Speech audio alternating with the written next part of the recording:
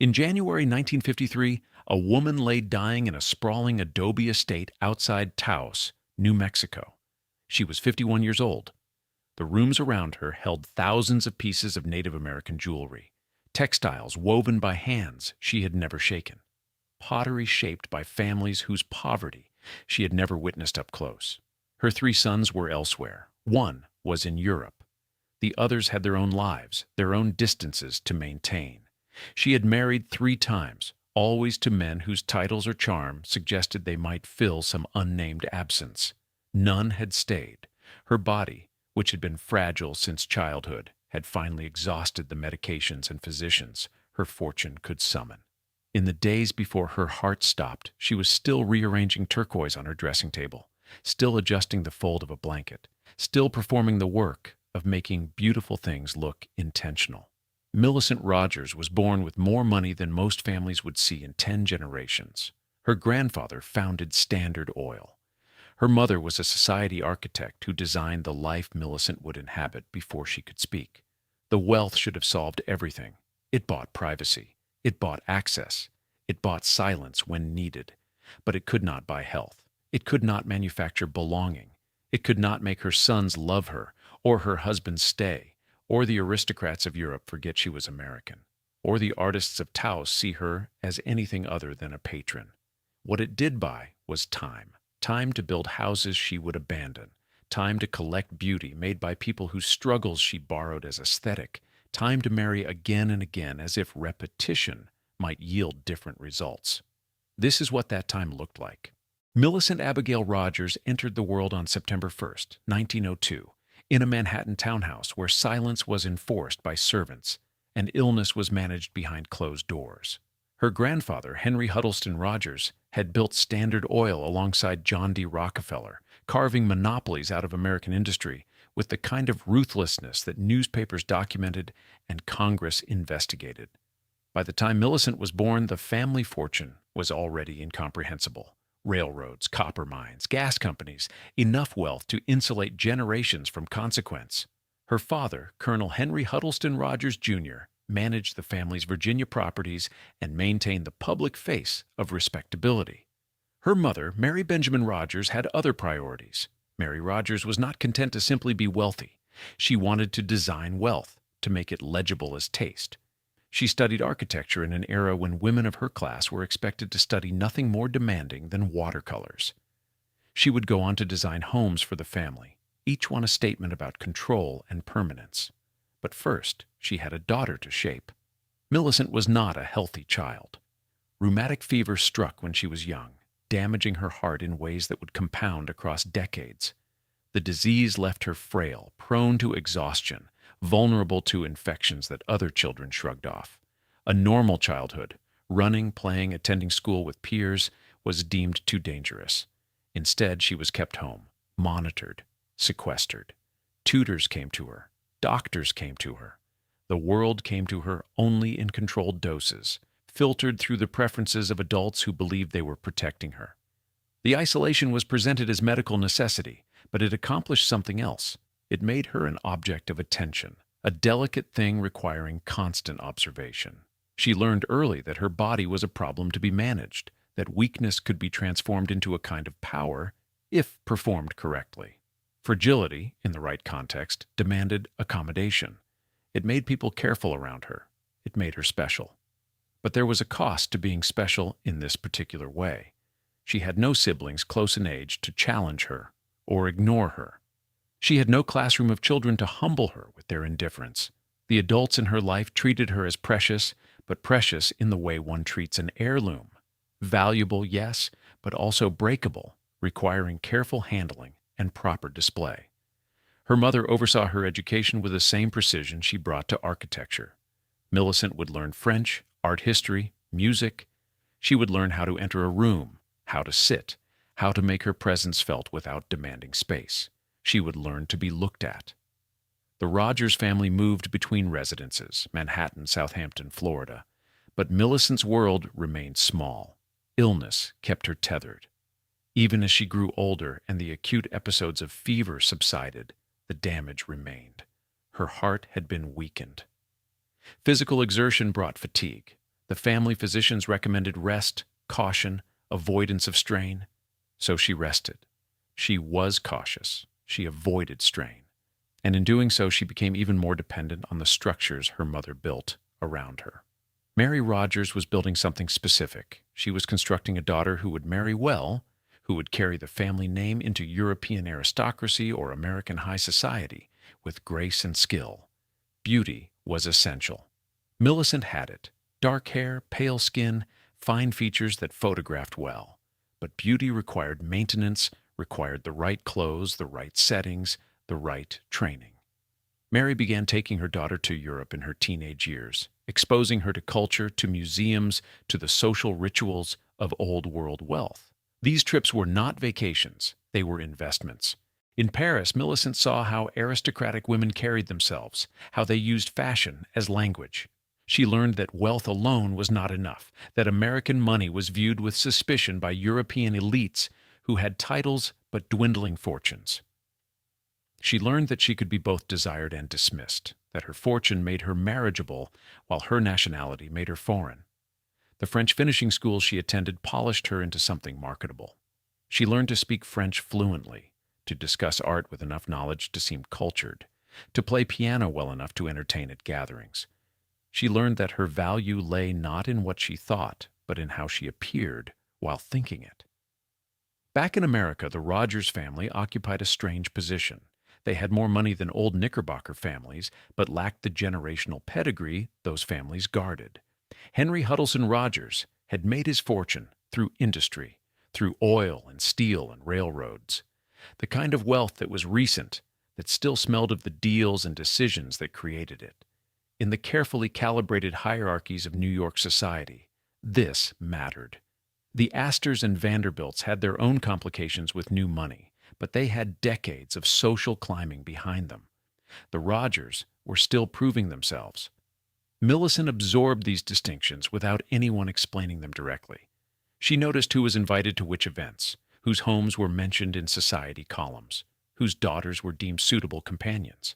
She noticed that her family's money opened certain doors while leaving others closed. And she noticed that her mother cared deeply about these closures, that Mary Rogers was determined to position her daughters somewhere higher than where they currently stood. By the time Millicent reached her late teens, she had been groomed into a particular kind of instrument. She was cultured, but not intellectual, beautiful, but not vain in any uncontrolled way, wealthy, but trained to downplay it in the presence of titled Europeans who needed to feel superior. She could navigate a dinner party in 3 languages. She knew which fork to use, which painters were currently fashionable, which composers one should claim to admire. She had been taught to make others comfortable while revealing nothing of substance about herself. Her health remained a shadow over everything. The rheumatic fever had done its work years ago, but the consequences persisted. She tired easily. She caught colds that lingered. Her heart had been compromised in ways that early 20th century medicine could name, but not repair.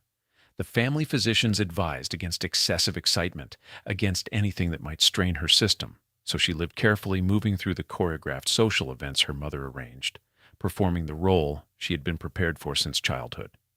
She was 20 years old, unmarried, and already understood that marriage was not about love. It was about alliance, about securing a position that wealth alone could not guarantee. Her mother had made that clear without ever stating it directly. And Millicent, who had spent her entire life learning to read unspoken expectations, knew exactly what was expected of her next. The finishing schools of Europe were not designed to educate women in any sense that would threaten the social order. They existed to refine, to polish, to transform daughters of wealth into wives who would not embarrass their husbands at diplomatic dinners or charity galas.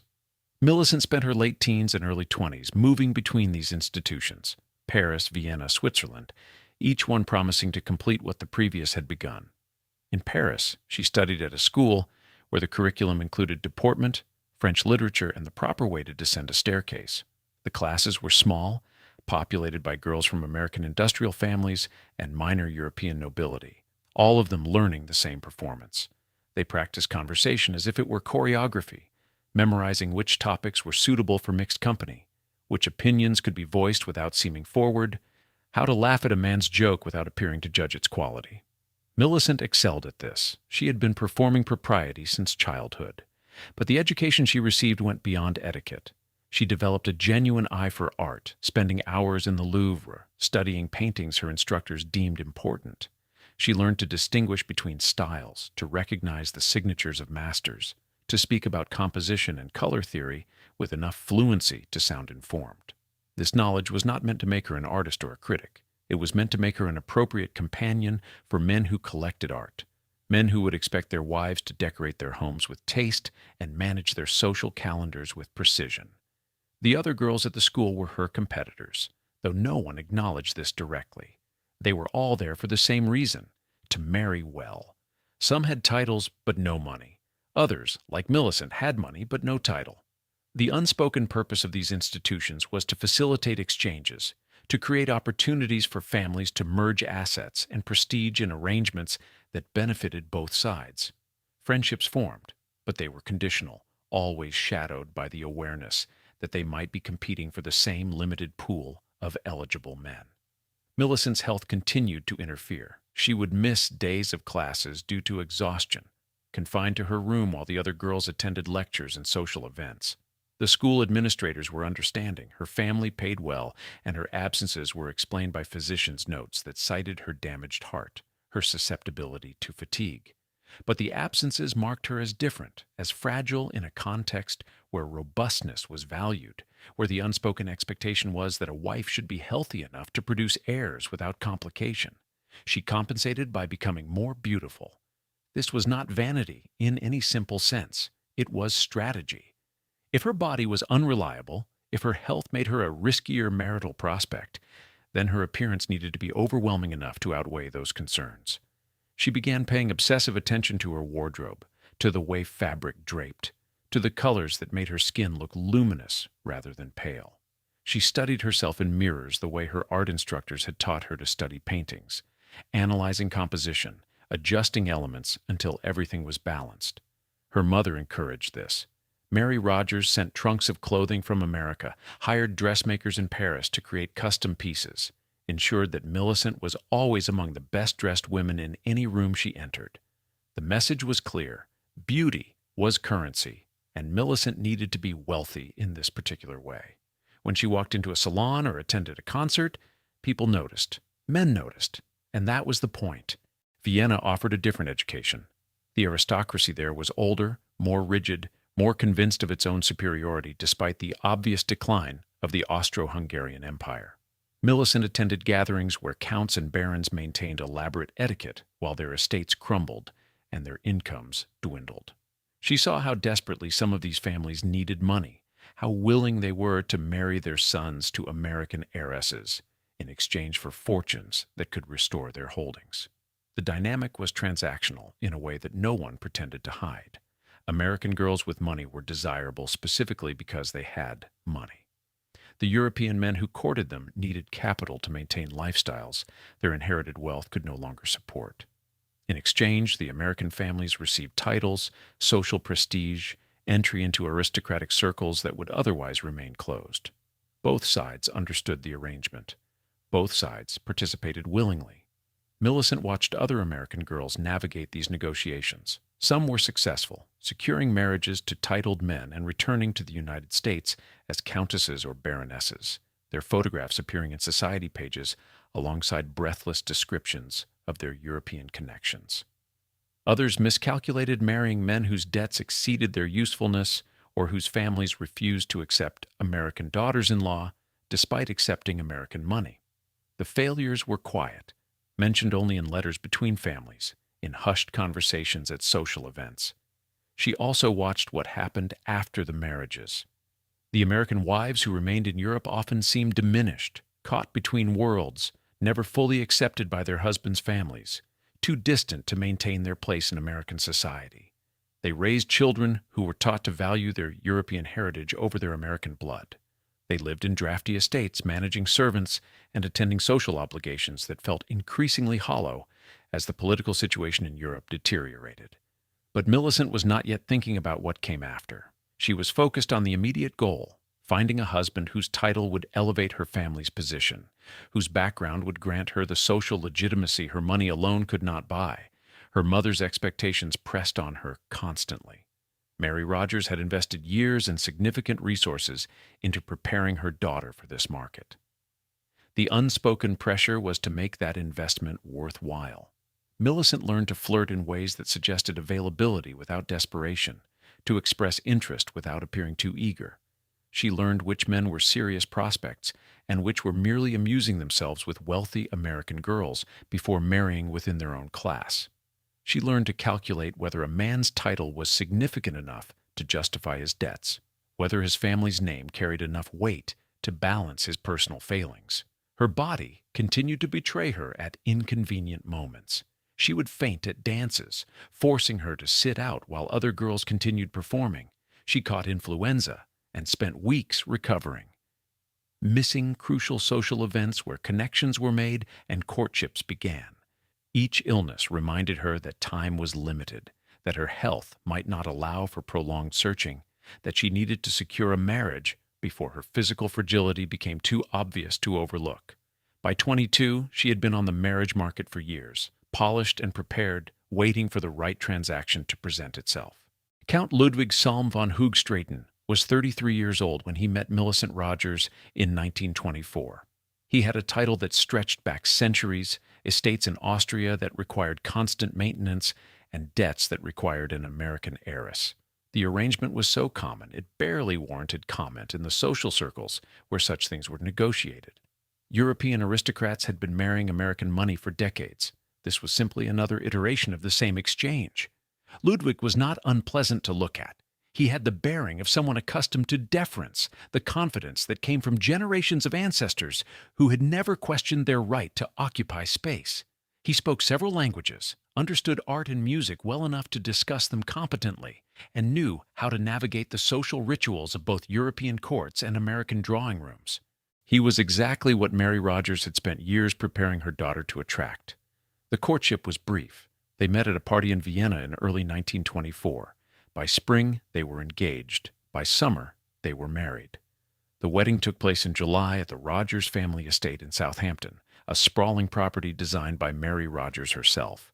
The event was covered extensively in society pages, the union of Standard Oil wealth and Austrian nobility, the kind of alliance that proved American money could buy entry into the oldest European families. Millicent wore a gown that cost more than most families earned in a year. The guest list included Vanderbilts, Whitneys, and various European nobles who had made the trip to witness another successful transaction. The ceremony was elaborate. The reception lasted for hours, and everyone agreed it was a magnificent occasion. What happened inside the marriage was not discussed in the society columns. They moved to Austria immediately after the wedding. Ludwig's family estate was outside Vienna, a sprawling property that had been in the family for generations and required constant infusions of capital to prevent its collapse. Millicent's money would restore the gardens, repair the roofs, maintain the staff. In exchange, she would have a title and a position in Viennese society that her American background alone could never have granted.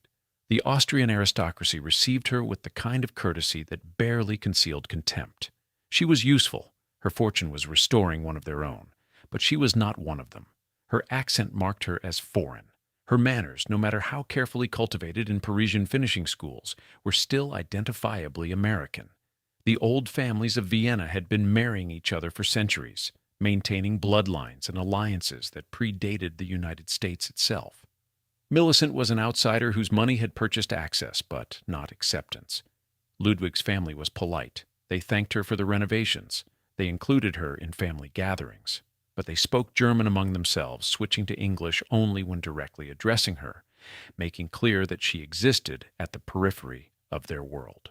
His mother in particular treated her with the kind of formal kindness one might show a guest who had overstayed their welcome. Millicent was the Countess, yes, but she would never be Austrian, never be anything other than the American girl who had married into the family because they needed her money. The marriage itself was functional rather than affectionate. Ludwig was not cruel, but he was not particularly interested in her beyond what she represented. He had married her for her fortune, and she had married him for his title. Both had received what they wanted. Emotional intimacy was not part of the arrangement, and neither of them seemed to expect it. Millicent gave birth to their first son, Paul, in 1925. The second son, Peter, arrived in 1926. The pregnancies were difficult. Her damaged heart struggled with the additional strain, and she spent weeks in bed both before and after each delivery. The births were attended by the best physicians Vienna could provide, all paid for by her family's money. She recovered slowly from each one, her body requiring months to regain even the limited strength it had possessed before. The children were raised primarily by nurses and governesses, as was customary in aristocratic families. Millicent saw her sons at designated times, supervised interactions where she was expected to be affectionate but not disruptive to the routines established by the staff. Ludwig's family had opinions about child rearing, opinions informed by generations of raising aristocratic heirs, and Millicent's American ideas about motherhood were gently but firmly overruled. She began to understand that she had not married into a family so much as she had been absorbed by an institution. The estate operated according to rules established long before her arrival. The servants answered to traditions she did not fully understand. Her money paid for everything, but she controlled nothing. Decisions about the household, about the children, about social obligations were made by Ludwig and his mother, with Millicent informed afterward. The social life in Vienna was structured and hierarchical. Millicent attended the same events as other aristocratic wives, but she noticed the distinctions. Certain families did not invite her to their more intimate gatherings. Certain women were cordial in public but never extended private friendship. She was accepted in formal settings where her title required acknowledgement, but excluded from the informal networks where real social power was maintained. Her health deteriorated further. The Viennese winters were harsh, and she caught respiratory infections that lingered for weeks. The pregnancies had weakened her heart even more, and she found herself exhausted by activities that other women managed easily. She began spending more time in her rooms, attending fewer social events, withdrawing into a kind of enforced rest that felt increasingly like isolation. By 1927, the marriage was clearly failing. Ludwig was polite but distant, maintaining separate quarters in the estate, pursuing his own interests without including her. They appeared together at necessary social functions, performing the role of married aristocrats, but privately they inhabited separate lives. Millicent had given him 2 sons and access to her fortune. She had fulfilled her part of the transaction. What remained was simply the maintenance of appearances. She began writing letters to her mother, carefully worded descriptions of life in Vienna that hinted at unhappiness without stating it directly. Mary Rogers read between the lines but offered no solutions. The marriage had accomplished what it was meant to accomplish. Millicent was a countess. The family's social position had been elevated. The transaction was complete. That the marriage was emotionally empty was not unusual. Many such arrangements were. Millicent was 25 years old, mother of 2 sons she barely knew, wife to a man who treated her with distant courtesy, living in a country that would never fully accept her. The Viennese social season operated according to rules that had calcified over centuries. There were specific days for receiving visitors, specific hours for attending the opera, specific protocols for addressing various ranks of nobility. Millicent learned these rules the way she had learned everything else, through observation, through correction, through the quiet humiliation of making mistakes in rooms full of people who had been born knowing what she had to study. The other aristocratic wives tolerated her presence, but did not embrace it. At gatherings in Grand Viennese palaces, she would stand with groups of women who spoke rapid German, switching to heavily accented English only when they remembered she was there. They discussed families she did not know, referenced shared histories from childhood spent in the same social circles, made jokes that required context she did not possess. She smiled and nodded, her French finishing school training allowing her to appear engaged while understanding she was fundamentally irrelevant to their actual conversations. Ludwig's family maintained a careful distance. His mother, Countess Maria, presided over the household, with the authority of someone who had never questioned her right to do so. She determined which social invitations the family would accept, which charitable causes they would support, how the children would be raised. Millicent's opinions were heard with the kind of polite attention one gives to suggestions that will not be implemented. The staff answered to Countess Maria, not to Millicent, despite Millicent's money paying their salaries. The children were being raised as Austrians, as members of an aristocratic family with no particular connection to their American heritage. Paul and Peter were taught German first, English second. They were dressed in the formal clothing appropriate to their rank, their days structured according to aristocratic tradition. Millicent saw them for brief supervised periods, breakfast occasionally, a walk in the gardens if the weather permitted and her health allowed. The nurses who actually cared for them reported to Countess Maria, not to her. She tried to assert herself once. In early 1928, she suggested to Ludwig that the boys might benefit from spending time in America, meeting her family, learning about the source of the fortune that maintained their lifestyle. Ludwig listened with the patient expression of someone humoring an unreasonable request, then explained that the boys' education was progressing well under their current tutors, that disrupting their routine would be unwise, that their future was in Europe, not America. Countess Maria agreed. The matter was closed. Millicent stopped making suggestions after that. She began to understand her role more clearly. She was a financial resource, not a decision-maker. Her money had purchased her entry into the family, but it had not purchased her authority within it. She existed in the household as a kind of honored guest whose presence was permanent, but whose influence was minimal. The social events she attended became performances she could not escape. At balls and dinners, she wore gowns that cost fortunes, jewelry from her family's collection, and the carefully maintained smile of someone who had been trained to appear content, regardless of circumstance. Other American heiresses who had married European nobles were sometimes present at these events, and Millicent could see in their faces the same careful performance, the same awareness that they had traded money for titles, and discovered the exchange was more complicated than the contract suggested. One such woman, an American married to a German baron, spoke to her briefly at a charity gala in 1928. They stood together near a window overlooking Vienna while their husbands discussed politics in another room. The woman mentioned, with studied casualness, that she had not seen her family in America for 3 years, that her husband found travel inconvenient, that her children spoke only German, and considered her relatives in New York to be distant foreigners of little relevance. She said this without apparent emotion, as if describing weather. Millicent understood she was seeing her own future. Her health worsened throughout 1928 and 1929. The damaged heart that had been a problem since childhood could not handle the demands of Vienna's social season, the cold winters, the stress of living in a household where she was simultaneously essential and powerless. She began experiencing episodes of severe fatigue, chest pain, difficulty breathing.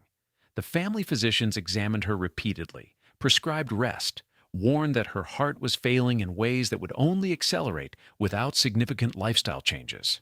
Rest was not truly possible.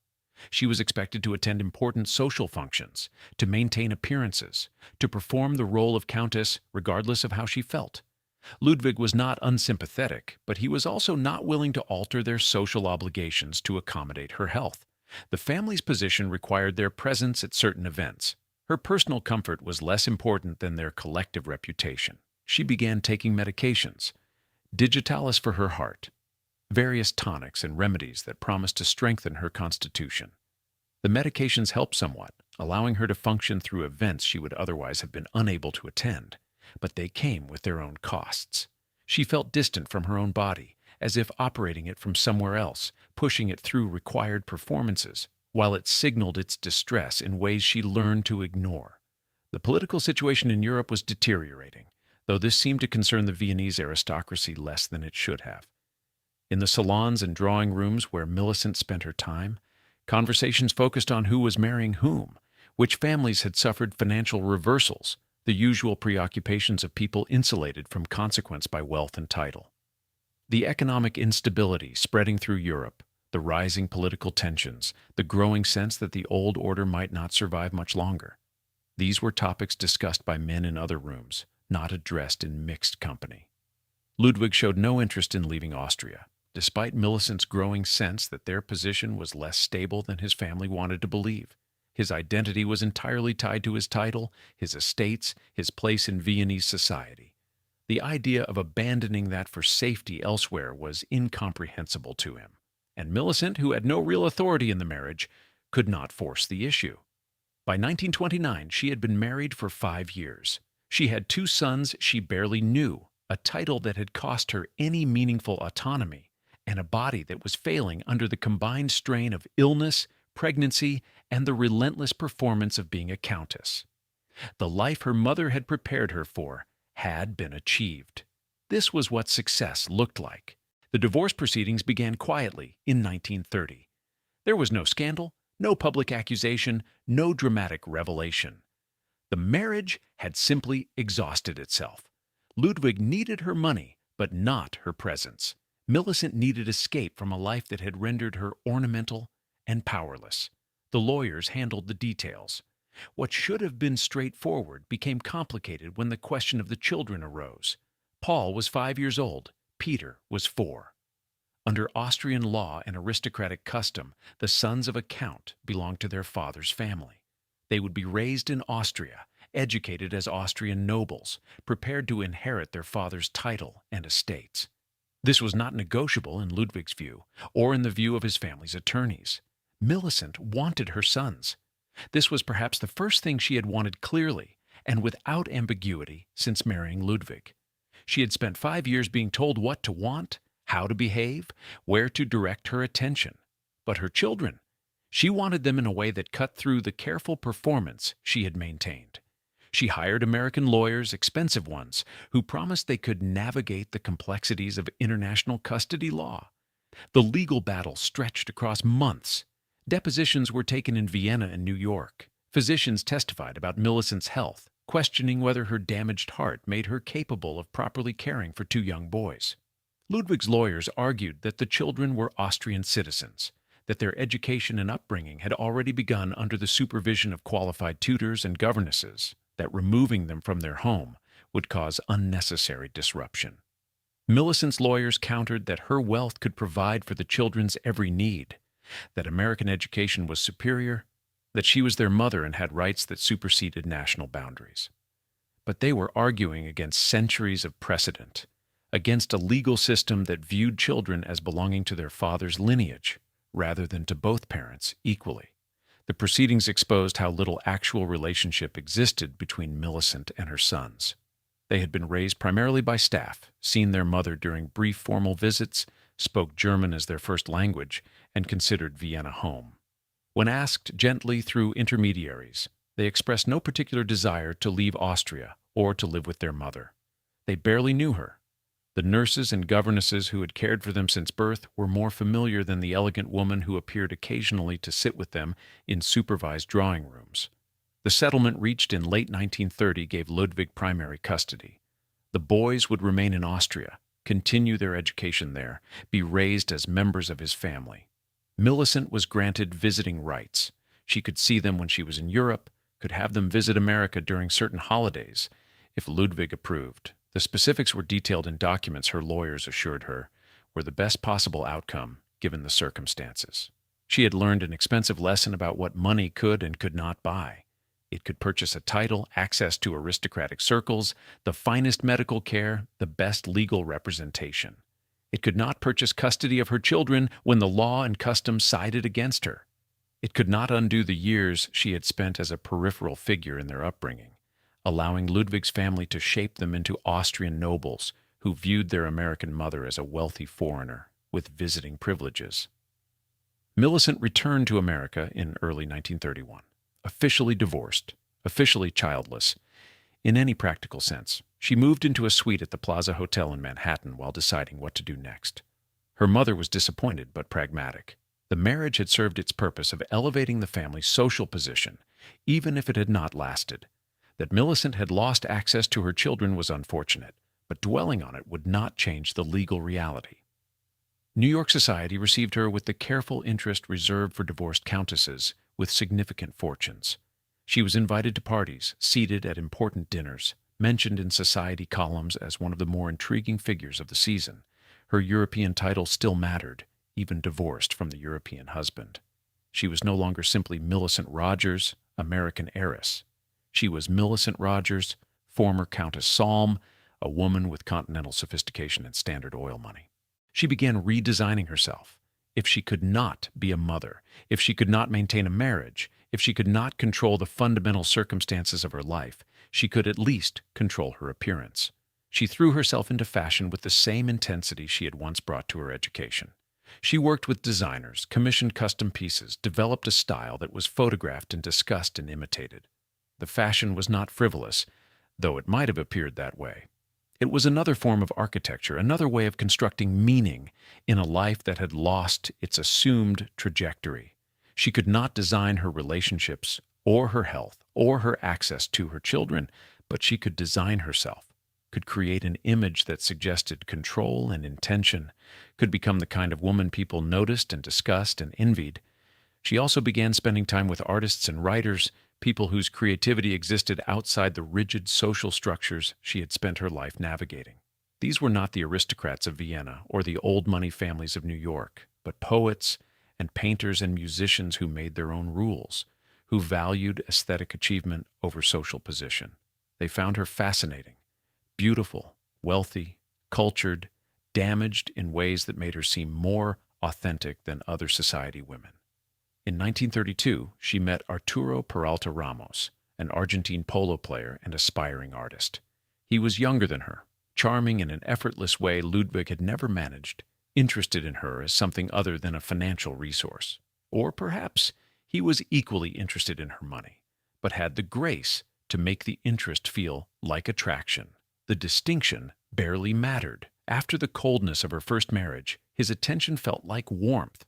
They married in 1936, a smaller ceremony than her first wedding, attended by her artistic friends rather than European nobility. Her mother did not attend, expressing disapproval through absence. Arturo had no title, no estates, no particular prospects beyond his charm and his moderate skill at polo. The marriage seemed impulsive, a rejection of everything Mary Rogers had trained her daughter to value.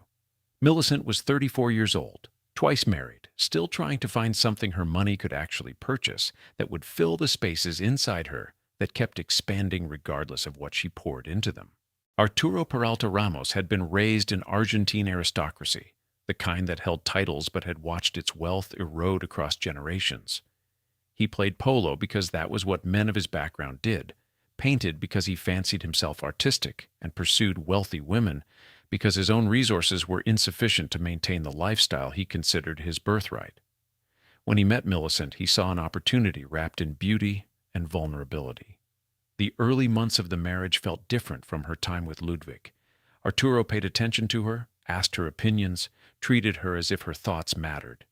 They traveled together, Paris, the French Riviera, Buenos Aires, staying in hotels and borrowed estates, moving before the sheen of any place could wear off. He introduced her to a circle of artists and expatriates, people who threw parties that lasted until dawn, who discussed philosophy and art with the passion of those who would never need to make a living from it. Millicent funded everything: the hotels, the travel, the parties, Arturo's painting supplies, the lifestyle that allowed him to pretend he was an artist rather than a decorative man living off his wife's fortune. She did not seem to mind, or perhaps she minded, but preferred this arrangement to the alternative. At least Arturo was present. At least he seemed to enjoy her company. The financial exchange was explicit enough that she knew what she was purchasing.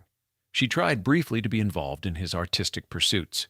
She attended exhibitions where his work was shown alongside actual artists, sat for portraits he painted that captured her beauty, but revealed nothing of her.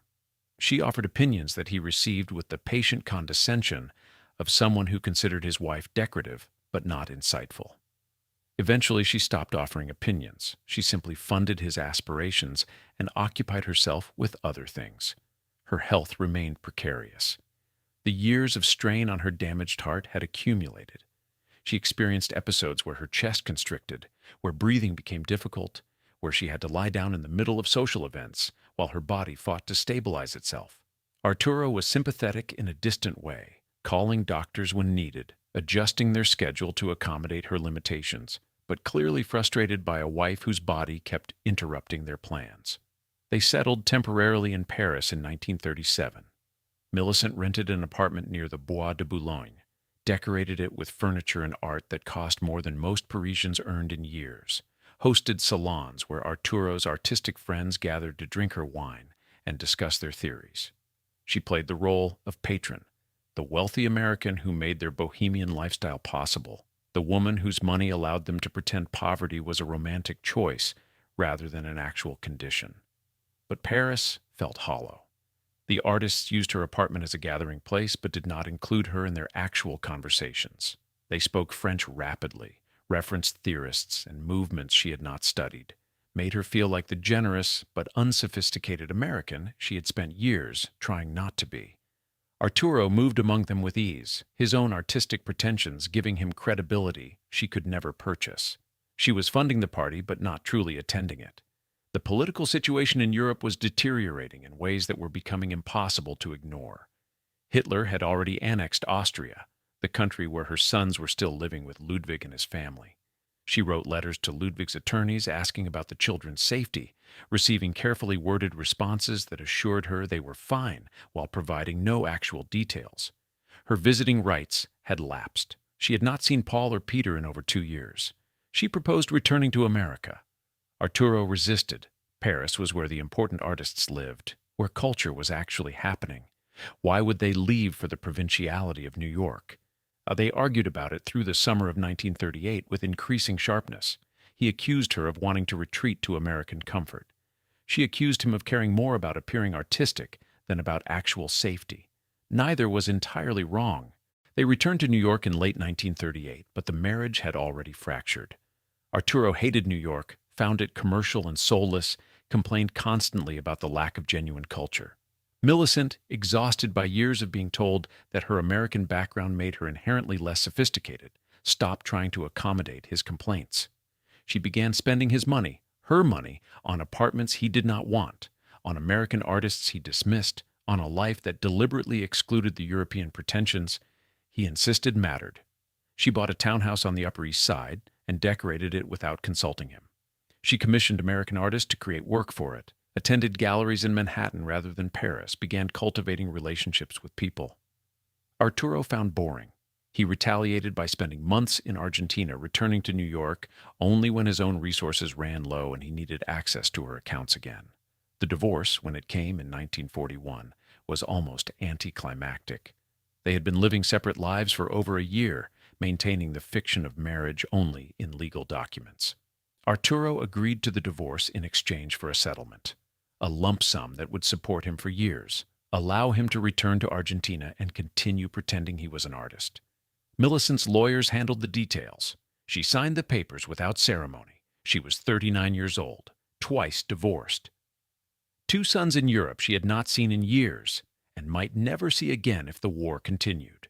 A damaged heart that was failing in increments her doctors could measure, but not prevent. A fortune large enough that she would never face material consequences, but insufficient to purchase the things that might have actually mattered. Her mother, Mary Rogers, had died in 1937 before witnessing the failure of Millicent's second marriage. Perhaps that was a mercy.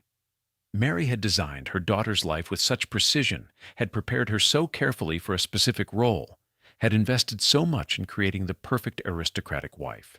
She had not lived to see how completely that design had failed to produce anything resembling happiness or stability. Millicent stood in her New York townhouse, surrounded by expensive furniture and art she had commissioned, in a city that was bracing for war, trying to determine what came next. She had followed every instruction, performed every role, made every prescribed choice. She had married for title, married for affection, lost children, lost husbands, lost the mother who had scripted her life. What she had left was money and the question of what to do with the years remaining before her body gave out entirely. Millicent began buying houses the way some people collect art, compulsively, as if the next one might solve something the previous ones had not. Between 1941 and 1945, she purchased properties in Virginia, Jamaica, Manhattan, and Southampton. Each one required renovation, decoration, the careful arrangement of furniture and objects, until every room looked like it belonged in a magazine. She hired architects and designers, spent months overseeing the transformation of spaces, then lost interest once the work was complete. The Virginia estate came first, a plantation property in Albemarle County with white columns and extensive grounds. She supervised the restoration herself, stripping away decades of neglect, installing modern plumbing and electricity while maintaining the antebellum facade. She filled it with American antiques, furniture that suggested heritage she did not actually possess, decorative objects that created the impression of generational wealth rooted in American soil rather than standard oil contracts. She lived there for 6 months, hosting occasional guests, walking the grounds when her health permitted, sitting in rooms she had decorated with such precision. But the house felt empty. Or perhaps she felt empty inside the house. The distinction was unclear. By early 1942, she had already stopped using it regularly, leaving it maintained by staff while she moved elsewhere. The Jamaica property was different, a Caribbean estate where winter was warm, where her damaged heart did not have to work as hard against cold air. She renovated it in a tropical style, incorporating local materials and craftsmanship, creating something that looked authentically island rather than imported American taste. She spent months there trying to convince herself that climate might solve what geography had not. But isolation was still isolation, even in warm weather. She invited friends to visit, society women and artistic acquaintances who came for weeks at a time, enjoying her hospitality while maintaining the same careful distance they kept in New York. They swam in her pool, drank her liquor, admired her taste, and left without becoming any closer to her than they had been before arrival. She was the hostess, the generous patron, the woman whose wealth made pleasant experiences possible. She was not their friend. She returned to Manhattan repeatedly, purchasing and selling apartments, never satisfied with any of them. One was too small, another too dark. A third had neighbors whose presence she found intrusive. She moved through these spaces like someone searching for a room that would finally feel right, not understanding that the problem was not the architecture, but what she brought into each space. Each house required furnishing, which gave her something to focus on beyond the failure of her marriages and the absence of her children. She developed relationships with antique dealers, gallery owners, auction houses. She learned to identify periods and styles, to distinguish genuine pieces from reproductions, to negotiate prices even though she could afford anything without negotiation. The hunt for objects became a substitute for purpose. She also began designing her own clothes again, more obsessively than before. If the houses would not solve anything, perhaps the perfect wardrobe would. She worked with designers to create pieces that were photographed for fashion magazines, studied by other wealthy women, discussed in society columns. Her style became distinctive, bold colors, unusual combinations, a willingness to take risks that suggested confidence even when she felt none. The fashion work gave her a kind of visibility that was different from simply being wealthy. She was featured in Vogue, in Harper's Bazaar, in publications that presented her as an arbiter of taste rather than just another rich woman.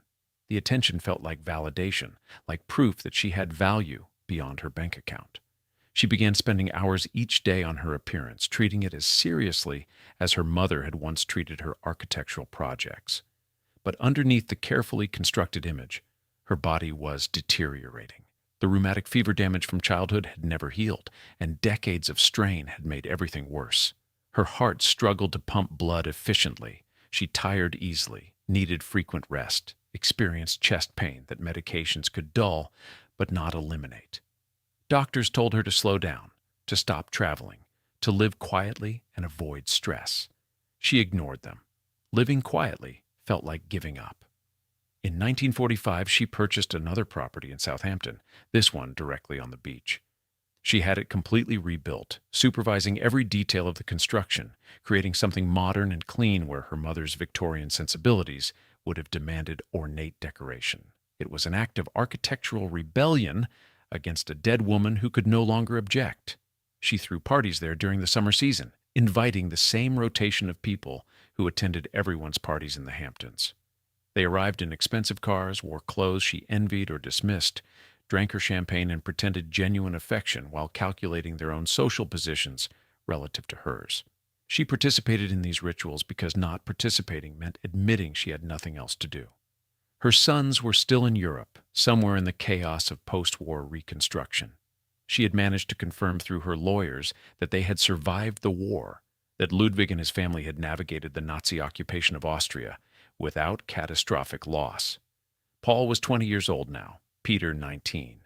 They were adults she did not know, raised entirely without her, speaking languages she barely understood, living lives that had nothing to do with her except for the genetic connection she had not been allowed to maintain.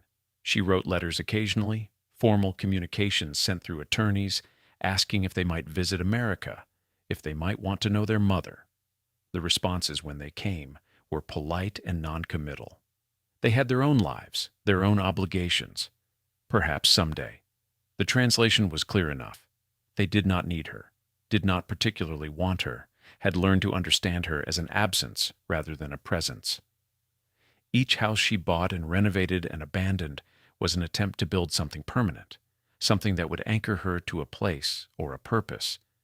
But permanence required more than money and taste.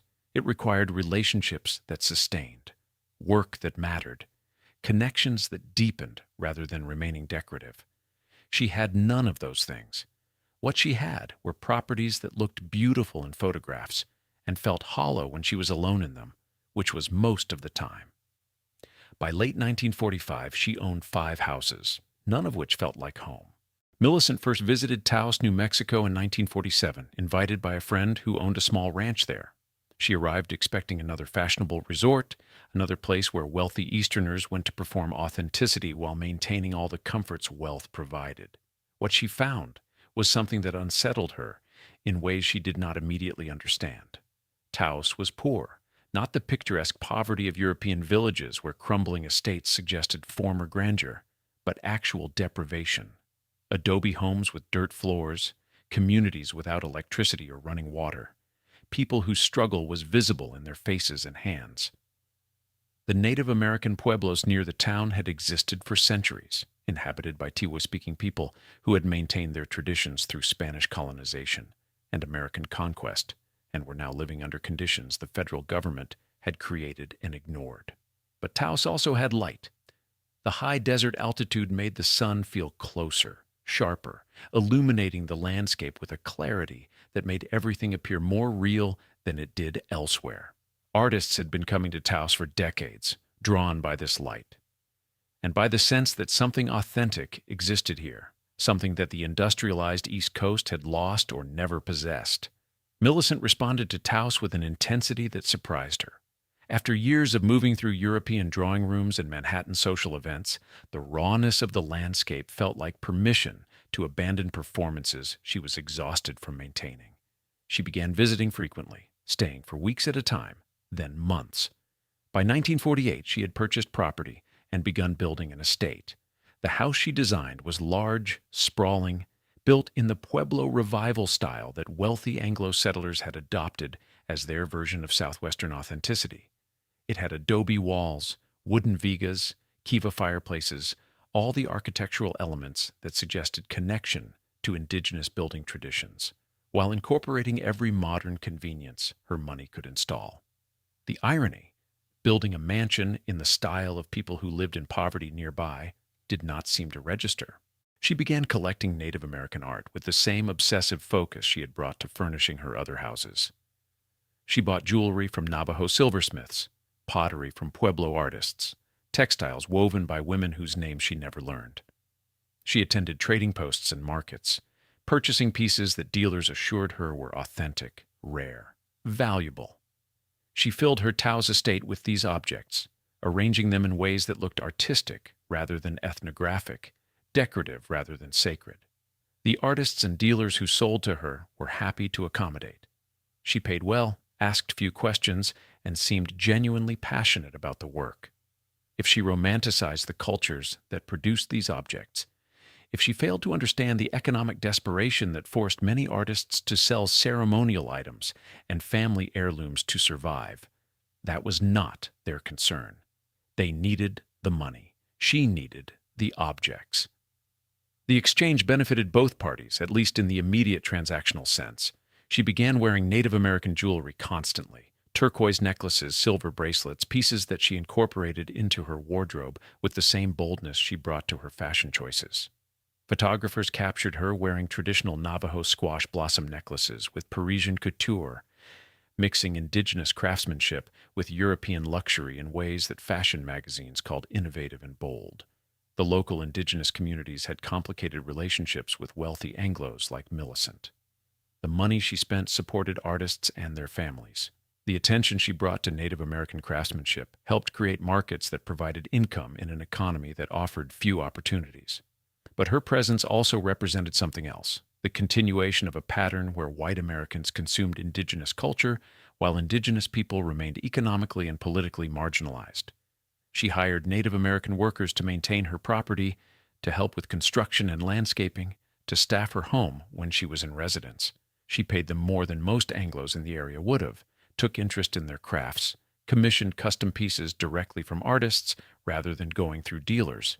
She seemed to believe this made her different from other wealthy collectors, more respectful, more genuinely appreciative. But the relationships remained fundamentally unequal. She was the patron, they were the workers and artists. She lived in a mansion filled with their culture's material legacy while they lived in homes without adequate heating or plumbing. She could leave Taos whenever it suited her, return to Manhattan or Jamaica or Virginia, while they remained trapped in an economic system that offered limited options, regardless of their skill or effort. She befriended Maria Martinez, a San Ildefonso Pueblo potter, whose blackware had made her famous in art circles. Maria was one of the few indigenous artists whose name Anglo collectors actually knew, whose work commanded high prices, who had managed to achieve recognition beyond the anonymous Indian crafts category. Millicent purchased multiple pieces of Maria's pottery, visited her pueblo, commissioned special works. The friendship, such as it was, existed across a gulf neither woman could fully bridge. Millicent admired Maria's artistry, her skill, her ability to create beauty from local clay and traditional techniques. Maria appreciated Millicent's patronage, her willingness to pay fair prices, her genuine interest in the technical aspects of pottery making. But they inhabited different worlds.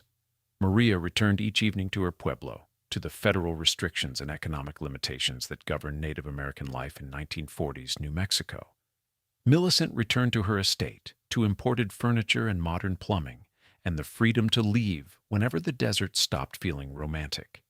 Millicent also began a relationship with a local rancher during this period, a man who lived year-round in Taos and knew the landscape in ways she never would.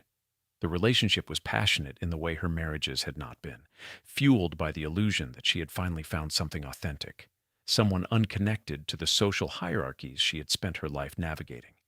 But he was still living off her wealth. The ranch she helped him maintain, the improvements she funded, the lifestyle they shared, all of it depended on her money. When they argued, which they did increasingly, the power imbalance was obvious. He resented needing her fortune. She resented that he resented it. The relationship collapsed within a year, another failed attempt to find connection that transcended transaction. By 1949, she had been in Taos for 2 years, had built an estate and filled it with indigenous art, had tried and failed at another relationship, had romanticized a landscape and culture she could never actually belong to. The pattern was familiar. Arrive somewhere, believe it might be different, discover it was not, but stay anyway, because leaving meant admitting there was nowhere else to go. By 1950, Millicent's collection of Native American art had grown to over 2,000 pieces. She kept meticulous records, catalogs listing each item, its origin, the artist when known, the date and price of acquisition. The collection included Navajo textiles from the 1800s, Santo Domingo necklaces with thousands of hand-rolled turquoise beads, Hopi Katsina figures, Apache baskets, pottery from nearly every pueblo in New Mexico. She stored pieces she was not actively displaying in climate-controlled rooms, wrapped in acid-free paper, preserved with the care museums gave to acquisitions. The collecting had become compulsive. She attended every market, visited every trading post within driving distance, maintained relationships with dealers across the Southwest, who alerted her when significant pieces became available. She outbid other collectors regularly, willing to pay whatever was necessary to acquire objects she decided she needed. The money was irrelevant. What mattered was possession, completion, the accumulation of beauty she could arrange and control. She hired experts to authenticate pieces, to provide context about their cultural significance, their age, their rarity. She read everything available about Native American art and culture, anthropological texts, art histories, travel narratives written by earlier Anglo visitors to the Southwest. She accumulated knowledge the way she accumulated objects, systematically, obsessively. believing that enough information might eventually grant her the understanding that eluded her. But the knowledge remained superficial. She learned the names of weaving techniques without understanding the cultural protocols around when and why those techniques were used. She could identify the pueblo that produced a particular pottery style without knowing the stories that pottery told within its own community. She collected ceremonial objects without fully grasping what made them ceremonial, what their removal from indigenous communities meant beyond the aesthetic loss. The dealers she worked with facilitated this extraction. They operated in a legal gray area. Many of the objects they sold had been obtained from families in economic desperation, from people who sold heirlooms and sacred items because they needed money for food or medical care. Some dealers were more scrupulous than others about provenance, about whether items they sold were actually meant to be sold. Millicent asked questions, but not too many. She wanted to believe she was preserving indigenous culture, not participating in its dispersal. She began lending pieces to museums, institutions that wanted to display Native American art, but lacked significant collections of their own. The Museum of Modern Art in New York exhibited some of her textiles in 1951. The Philadelphia Museum of Art displayed her jewelry collection in 1952. She received credit as a generous patron, someone whose collecting benefited public education and cultural preservation. The museum exhibitions validated her collecting, made it seem like scholarship rather than accumulation, preservation rather than possession. But the objects remained hers. She could recall them whenever she wanted, could refuse to lend pieces she decided were too important to risk, could determine how and where indigenous art was displayed based entirely on her personal preferences. The power was absolute and unquestioned. She also began commissioning pieces directly, paying artists to create work according to her specifications. She wanted a necklace with a particular design, a textile using specific colors, pottery in a style one pueblo had stopped producing decades earlier. Some artists accepted these commissions gratefully. The money supported their families, allowed them to continue making art rather than taking wage labor. Others found the requests troubling, asking them to reproduce ceremonial designs for decorative purposes, to treat sacred patterns as aesthetic choices. Millicent did not always understand when she was crossing boundaries. Or perhaps she understood but prioritized her own desires over indigenous protocols. She wanted what she wanted, and her money made those wants achievable. Artists who declined her commissions found her confused and sometimes offended. She was offering fair payment, showing respect for their work. Why would they refuse? The answer, when artists were willing to explain it, involved concepts of cultural ownership and spiritual significance that did not translate easily to someone who viewed art primarily as objects to be possessed. Certain designs belonged to specific families or clans. Certain symbols had meanings that made their casual reproduction inappropriate. Certain items were never meant to be sold at all, regardless of price. Millicent listened to these explanations with what appeared to be genuine interest, but continued collecting anyway. She convinced herself that her preservation efforts mattered more than any individual protocols, that she was saving pieces from loss or destruction, that future generations would thank her for maintaining a record of indigenous artistry that might otherwise disappear. There was truth to this rationalization, but it was incomplete truth. Native communities were not vanishing, despite decades of federal policy designed to eliminate them. The art she collected continued being produced because the cultures that created it continued existing. Her preservation efforts assumed indigenous people could not preserve their own heritage, that their art needed rescue by wealthy outsiders who had the resources and education to appreciate its significance. She became friends with other collectors, Anglos who shared her passion for Native American art and her willingness to spend enormous sums acquiring it. They visited each other's homes, compared collections, shared information about dealers and artists and upcoming sales. These friendships had a competitive edge. Who had the rarest pieces, the most comprehensive collection, the best eye for quality and authenticity? One collector, a wealthy Texan who had been acquiring Navajo textiles for decades, visited her Taos estate in 1951. They spent hours examining each other's collections, discussing provenance and technique and market values. He mentioned casually that several pueblos had begun restricting what they would sell to outside collectors, that some communities were refusing to let Anglo buyers attend certain ceremonies or access certain spaces. He found this troubling, a rejection of the appreciation and support collectors like them offered. Millicent agreed. She had encountered similar restrictions, artists who would not sell certain pieces regardless of price, pueblos that made clear she was not welcome at particular events. She interpreted this as mistrust, as failure to recognize her genuine respect for indigenous culture. It did not occur to her, or perhaps she chose not to consider, that indigenous communities might have legitimate reasons for maintaining boundaries around what they shared with outsiders who had spent centuries taking without permission. By 1952, her collection had become one of the largest private holdings of Native American art in the country. She had spent a fortune acquiring it. She had dedicated years to studying and arranging and cataloging it. She had created something museum quality in her own home. What she had not created was any relationship with indigenous communities that transcended economic exchange. Ronald Balcom was a dermatologist from Montego Bay, Jamaica, 15 years younger than Millicent when they met in 1950. He had charm and medical credentials and no particular fortune of his own. She was 48 years old, twice divorced, her health declining in ways that were becoming impossible to ignore, even with the best physicians her money could buy. The marriage, which took place in 1951, had the quality of a final attempt, a last effort to see if matrimony might work if she approached it differently. She did not approach it differently. The same patterns emerged within months. Balcom lived off her wealth while maintaining the fiction of independence through his medical practice. She funded his lifestyle, paid for properties in Jamaica and New York that became jointly owned on paper but were purchased entirely with her money. He tolerated her health crises and her obsessive collecting and her mercurial moods because the alternative was returning to a life of ordinary middle-class medicine in Jamaica. They divided their time between her various properties, the Taos estate, the Jamaica House, apartments in Manhattan.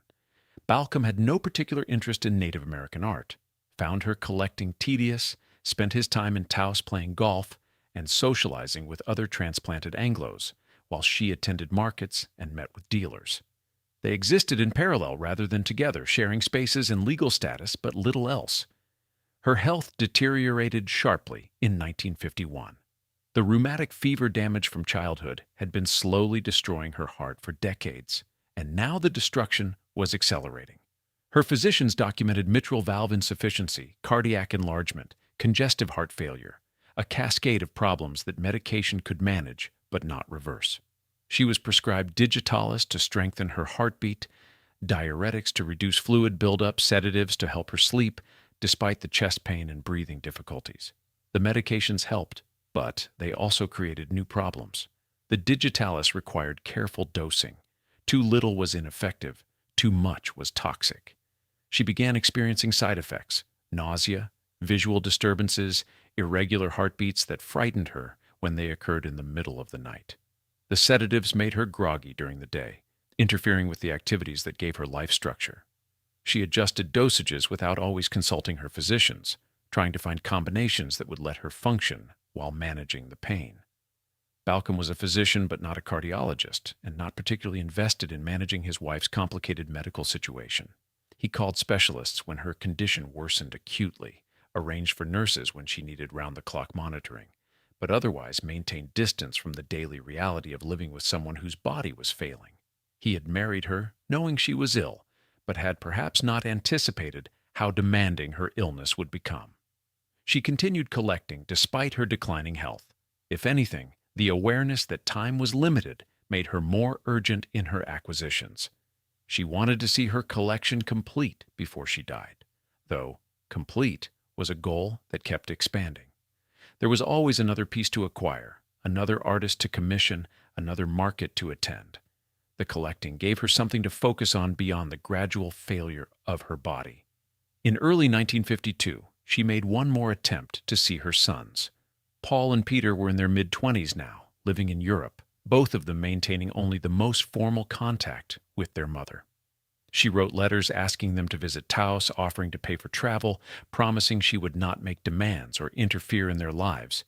She just wanted to see them, to know them as adults, to have some kind of relationship before her health made that impossible.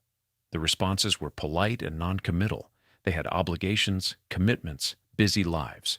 Perhaps later in the year, perhaps the following spring. The translations of these deferrals was obvious. They did not want to visit, did not want to know her, had spent their entire adult lives without her, and saw no reason to change that arrangement now. She had been absent from their childhoods by force, and now they were absent from her life by choice. Balcom witnessed her devastation when these letters arrived, but offered no particular comfort. What could he say?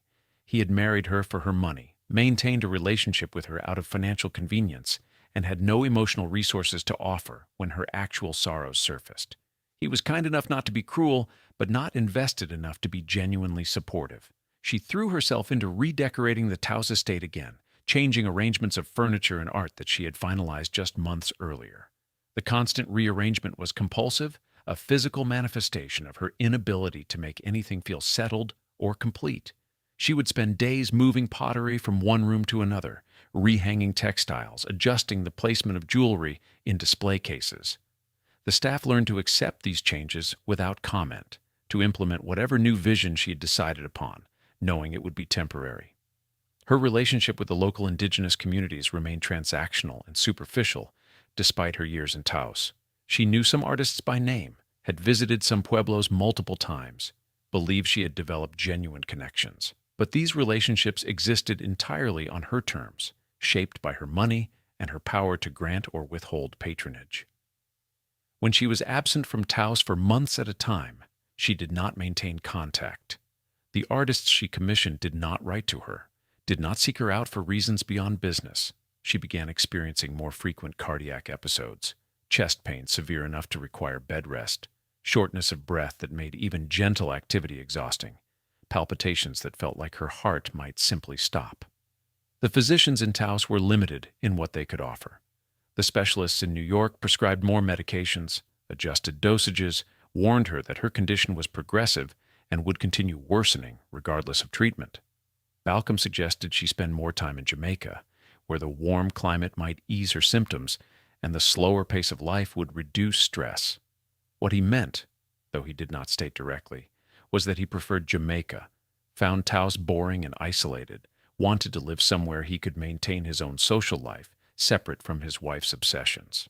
She understood this but went to Jamaica anyway because arguing required energy her damaged heart could not provide. By late 1952, the marriage was marriage only in the legal sense.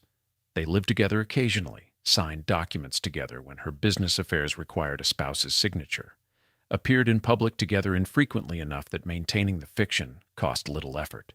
She was 50 years old, dying in increments, married to a man who was waiting for her to die. The Second World War had ended in 1945, but its aftermath continued reshaping the world in ways that barely touched Millicent's daily existence. Europe was rebuilding from devastation. Millions had been displaced, killed, starved. Her sons had survived the war in Austria. She knew this much from legal correspondence, but the details of what they had experienced, how they had navigated occupation and violence and collapse, were not shared with her.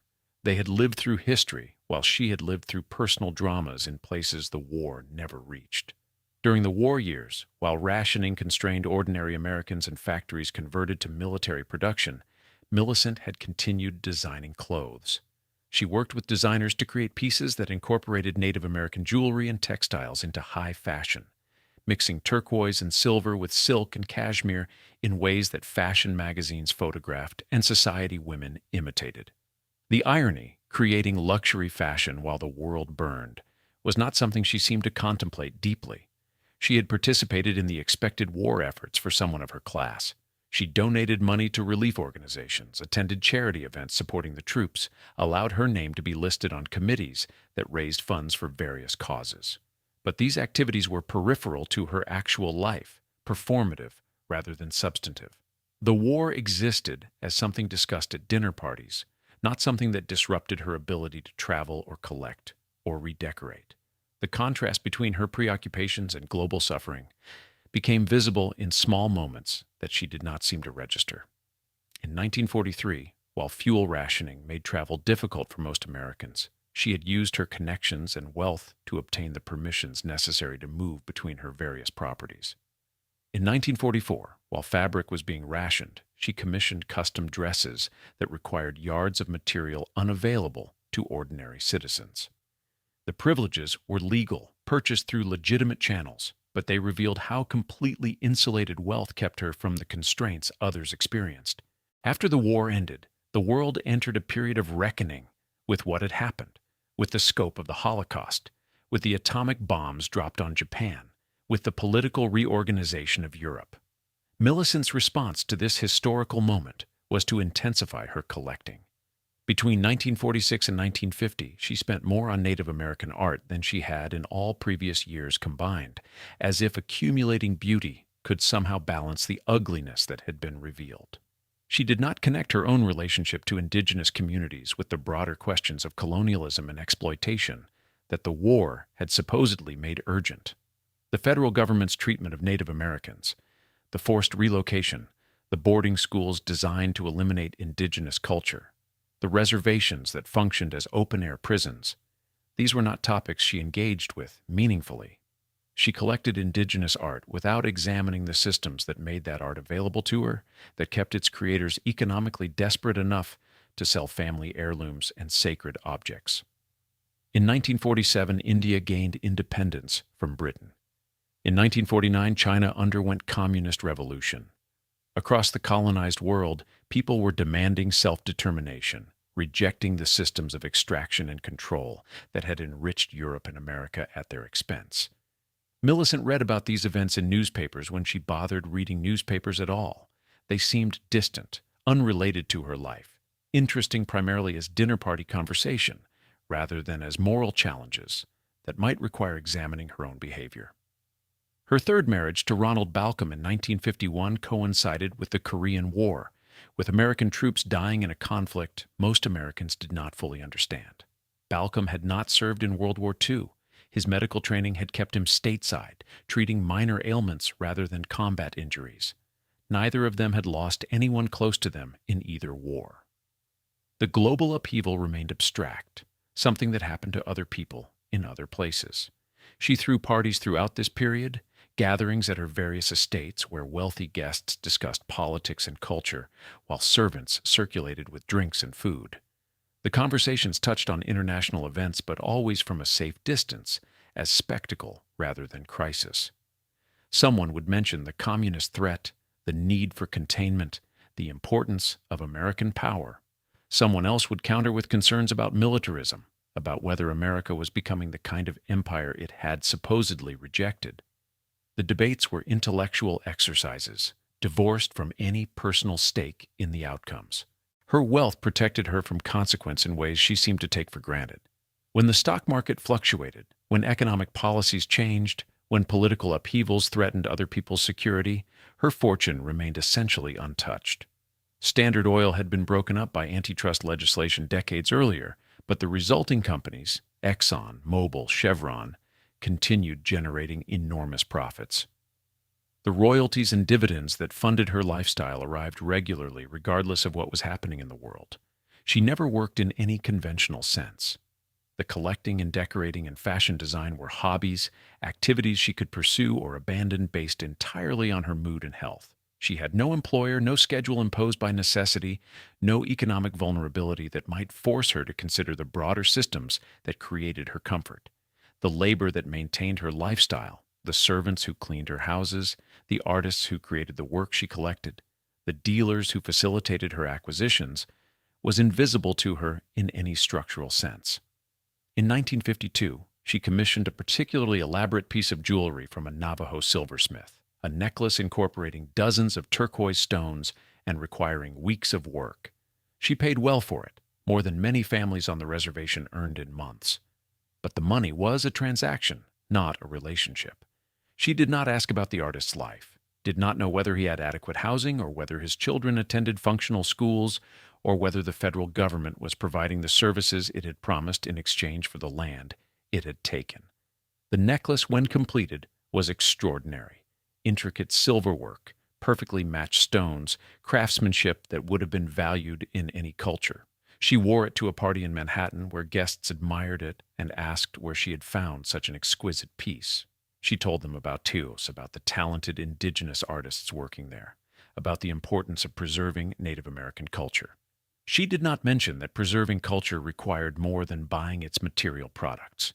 that the communities producing this art were living under conditions her money could have addressed, but did not. The war had changed the world, but it had not changed her. In January 1953, Millicent's physicians told her explicitly what she had been avoiding acknowledging for months. Her heart was failing in ways that would kill her soon. Not in years, possibly not even in months. The mitral valve damage from childhood rheumatic fever had worsened to the point where her heart could no longer pump blood efficiently. Fluid was accumulating in her lungs, making breathing difficult even at rest. Her liver was enlarged, her extremities swollen, her body slowly drowning in fluid it could not process. The medications that had managed her symptoms for years were losing effectiveness. The digitalis dosage had been increased repeatedly, approaching toxic levels in an attempt to force her weakened heart to beat more strongly. She was taking diuretics to reduce the fluid buildup, but they caused dehydration and electrolyte imbalances that created new problems. The sedatives she used to sleep despite the chest pain were addictive, and she had been taking them long enough that stopping would cause withdrawal. She had become dependent on these medications in ways that went beyond medical necessity. The pills provided structure to her days, morning doses to help her wake, afternoon doses to manage pain, evening doses to let her sleep. She carried them everywhere, kept extras in every room of every house, feared running out more than she feared the diseases they treated.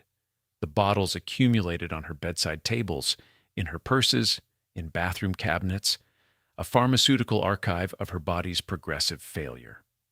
Her physicians recommended she stop traveling, remain somewhere stable where medical care was immediately available. She ignored this advice. In early 1953, she moved between Jamaica, New York, and Taos, as if motion itself might prevent the stillness she was approaching. Each trip exhausted her more than the previous one. Each flight left her bedridden for days afterward, struggling to breathe, her heart racing irregularly while she waited for the medications to stabilize her enough to function. Ronald Balcom accompanied her on some of these trips, but increasingly made excuses to remain elsewhere. He was not equipped to manage a dying wife, did not want to witness the deterioration, preferred to maintain distance while she cycled through her properties with the staff and nurses who were actually caring for her. When he was present, he was professionally detached, observing her symptoms with clinical interest, but offering little emotional support. The pain was constant now, not always severe, but always there. A pressure in her chest, an ache in her joints, a fatigue so profound that lifting her arms to brush her hair required conscious effort. She had spent her entire life in a body that betrayed her, and now it was completing its betrayal. The childhood illness that should have been temporary had inflicted permanent damage, and that damage had compounded across 5 decades until her heart could no longer do what hearts were meant to do. She continued trying to control her appearance even as her body failed. She still spent hours on her wardrobe, still arranged her jewelry carefully, still insisted on being photographed only from certain angles, in certain lighting. The vanity was not simple narcissism. It was the last arena where she had any control. She could not control her heart, or her marriages, or her relationship with her sons, but she could control how she looked, or at least how she appeared to look. Her weight fluctuated wildly due to the fluid retention and diuretics. Her face became puffy, then gaunt, then puffy again as her body swung between extremes. She wore clothing that concealed the swelling, jewelry that drew attention to her face rather than her hands, which had become swollen and discolored. She applied makeup with increasing precision, creating the illusion of health that photographs would preserve even if reality contradicted it. The collection of Native American art had reached the point where she was running out of space to display it. The Taos estate held thousands of pieces, but she kept acquiring more. In February 1953, despite barely being able to walk from her bedroom to the living room without resting, she attended a market and purchased 3 more textiles and a piece of pottery she decided she needed. The dealer who sold them to her could see she was dying, but said nothing. She paid in cash as always and had the pieces delivered to her estate. She had begun thinking about what would happen to the collection after her death. She had no children who wanted it. Paul and Peter had made clear through their continued absence that they had no interest in their mother's possessions or passions. Balcom certainly did not want it. He had tolerated her collecting but never shared her enthusiasm. She considered donating the entire collection to a museum, imagining her name attached to a permanent exhibition, her taste and dedication preserved institutionally. But she had not made any formal arrangements. She had not written a will that specified what should happen to the thousands of pieces she had accumulated. The task of organizing her affairs felt overwhelming when she could barely manage to get out of bed. She told herself she would handle it when she felt better, knowing she would not feel better, postponing the acknowledgement of finality as long as possible. Her sons did not visit. She had stopped asking. The last letter she sent to them through her attorneys in February 1953 mentioned that her health was declining and she would like to see them before it was too late. The responses, when they came weeks later, expressed generic concern and vague promises to visit when their schedules permitted. They did not visit. They would not visit. She would die without seeing them again, and some part of her had accepted this, even while another part kept hoping the next letter might be different. The nurses who cared for her during her final months were professionals, efficient and kind in the detached way of people who tended dying patients regularly. They managed her medications, monitored her vital signs, helped her bathe and dress when she was too weak to manage alone. They were with her more than anyone else during this period, intimate witnesses to her body's failure, and she barely knew their names. She spent her final weeks in Taos, in the estate she had built, and filled with beauty extracted from communities she had never truly known. The turquoise necklaces hung on walls around her. The pottery sat on shelves she could see from her bed. The textiles were draped over furniture she barely had the strength to sit in anymore. She had surrounded herself with objects that meant something to someone else, arranged them into an aesthetic that pleased her, and called it preservation. Paul Raymond Ludwig Heinrich Salm Hoogstraten was 27 years old in 1953, living in Austria, managing family estates that his mother's money had helped preserve. He had been raised by his father and grandmother, educated in European schools, taught to value his aristocratic heritage above the American fortune that sustained it. His mother was a distant figure, someone he had learned about through letters and legal documents more than through actual presence. He remembered her visit when he was 8 years old, one of the few times she had been permitted to see him and his brother during the custody arrangement. She had arrived at the Vienna estate dressed elegantly, bringing expensive gifts, toy soldiers, books, puzzles that seemed chosen by someone who did not know what children actually wanted. She had sat with them in the drawing room while his grandmother supervised, asking questions about their studies and their health in the formal manner of an interested stranger. Paul had not known how to relate to her. She was beautiful and well-dressed and spoke to him in English he understood, but found difficult to respond to naturally. His life was conducted in German, his thoughts formed in the language of his father and his tutors. This woman who claimed to be his mother existed outside the structures that actually shaped his days. When she left after that brief visit, he felt relief more than loss. Peter, 2 years younger, had even less memory of her. By the time they were teenagers, their mother had become primarily a financial entity, the source of money that arrived regularly through attorneys, that paid for their education and their travel, and the maintenance of properties their father could not have afforded alone. They signed thank you letters their tutors composed, acknowledging gifts they barely remembered receiving, performing the minimal courtesy expected of them. The war had complicated everything further. Austria had been annexed by Nazi Germany in 1938 when Paul was 13 and Peter was 11. Their father had navigated the occupation carefully, maintaining enough cooperation to protect the family estates while avoiding the kind of visible collaboration that would have endangered them after Germany's defeat. The boys had been too young for military service, but old enough to understand the careful silence their father maintained about politics, about the Jews who disappeared from Vienna, about the moral calculations required to survive. Millicent had sent money during the war years through Swiss accounts, funds that helped the family weather the economic chaos. But she had not been present for the actual danger, had not experienced the occupation or the bombing or the fear that characterized those years. She had written letters asking if they were safe, offering to help them relocate to America if possible. Her father had declined. Leaving would have meant abandoning everything, and he believed Austria would survive even if the Reich did not. After the war ended, Millicent's letters had increased in frequency. She wanted them to visit America, to meet their American relatives, to see the country that had produced half their heritage and all their money. Paul found the requests presumptuous. She had not raised them, had played almost no role in their actual lives, and now wanted them to cross an ocean to satisfy her maternal longings that he did not share. Peter was slightly more sympathetic, but equally unwilling. He had his own life in Europe, friends and obligations, and a girlfriend he was considering marrying. Their mother was an abstraction, someone who existed in photographs and legal documents, not someone whose emotional needs felt compelling enough to reorganize his life around. The letters from her attorneys mentioning her declining health arrived in late 1952. Paul read them with the detachment of someone receiving news about a distant acquaintance.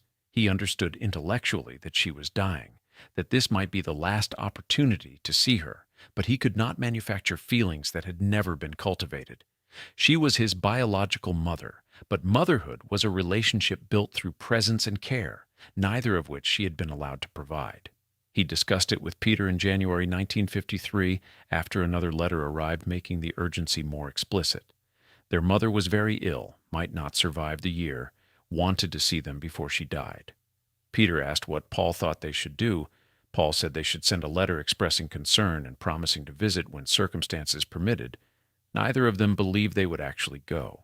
The decision not to visit was not made in anger or as punishment. It was made in absence. Absence of connection, absence of shared history, absence of the emotional foundation that would make such a trip feel necessary rather than obligatory. They had lived their entire lives without her active presence. Her dying would not fundamentally change anything except the theoretical possibility of future relationship, a possibility neither of them had been pursuing anyway. Their father did not encourage them to go. Ludwig had his own complicated relationship with Millicent, shaped by their failed marriage and the custody battles and the decades of financial dependence on her fortune. He mentioned the letters when they arrived, but offered no opinion about whether his son should respond to them. He had made his peace with Millicent existing as a distant benefactor rather than an active presence, and he saw no reason his sons should do differently. Paul married an Austrian woman from an aristocratic family in 1953, a wedding his mother was not invited to and did not attend. The marriage was announced in European society papers, a union of old families with distinguished lineages. Millicent would have read about it eventually, would have learned that her older son had married without including her, without seeking her blessing or her presence. She sent a gift through attorneys, an expensive piece of jewelry that Paul's wife appreciated more than he did. Peter continued his studies in Vienna, pursuing an education in business that would allow him to manage family properties and investments. He thought about his mother occasionally when signing documents related to her trusts and accounts, when receiving the regular financial disbursements that supported his lifestyle. She was generous in this abstract way, ensuring her sons had resources even without having their affection. In March 1953, another letter arrived from her attorneys, more urgent than previous ones. Her health had deteriorated significantly. She might not have much time left. This was likely the last opportunity. Paul read the letter, placed it in a drawer with the others, and continued with his day. Peter did the same when Paul mentioned it to him later. They were not cruel young men.